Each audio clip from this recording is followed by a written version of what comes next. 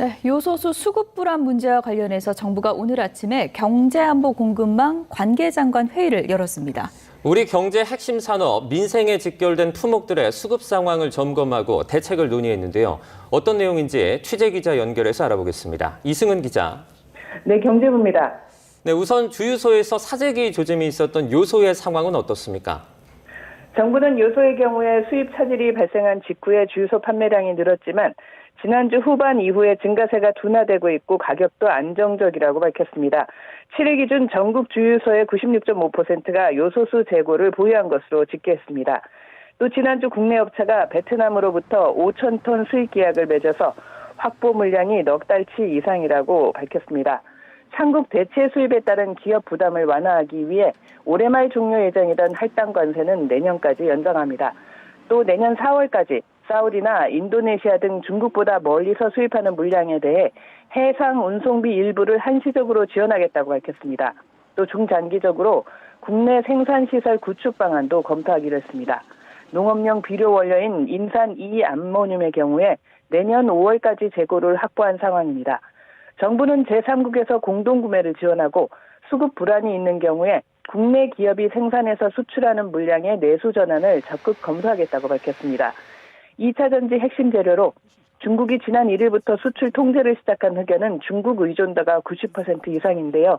정부는 국내 흑연 생산 기반 구축과 3국 대체 수입을 지원하겠다고 밝혔습니다. 반도체와 디스플레이에 사용되는 갈륨, 게르마늄도 중국이 지난 8월부터 수출을 통제하고 있지만 대체 수입처 등을 통해 수급이 가능해 영향은 제한적이라고 정부는 진단했습니다. 오늘 회의에서 추경호 부총리의 발언을 들어보시겠습니다. 요소의 경우 중국의 통관 불허 직후 주유소 판매 물량이 평소보다 증가했으나 지난주 후반 이후 증가세가 둔화되고 있고 판매 가격도 큰 폭의 변화 없이 대체로 안정적인 상황을 보이고 있습니다.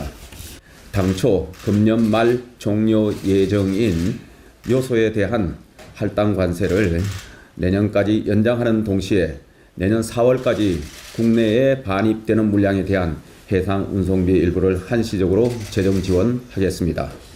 아울러 조달청이 보유한 요소 비축 물량의 긴급 방출을 이달 중 시행하고 공공 비축 규모 확대와 중소기업 공동 구매를 추진하며 요소의 국내 생산 시설 구축 방안도 검토할 계획입니다.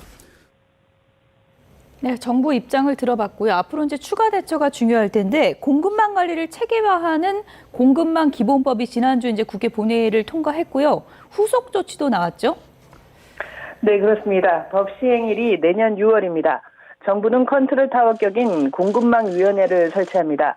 하반기에 200여 개 경제 안보 품목을 지정하는 데 이어서 선도 사업자를 선정해서 이들 품목에 대한 투자를 지원할 예정입니다.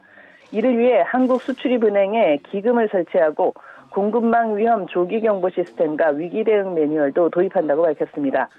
정부는 공급망 3법 가운데 2개 법안은 입법이 완료됐지만 자원안보특별법이 국회 법사위에 계류돼 있다며 조속한 통과를 국회에 요청했습니다. 지금까지 경제부에서 YTN 이승은입니다.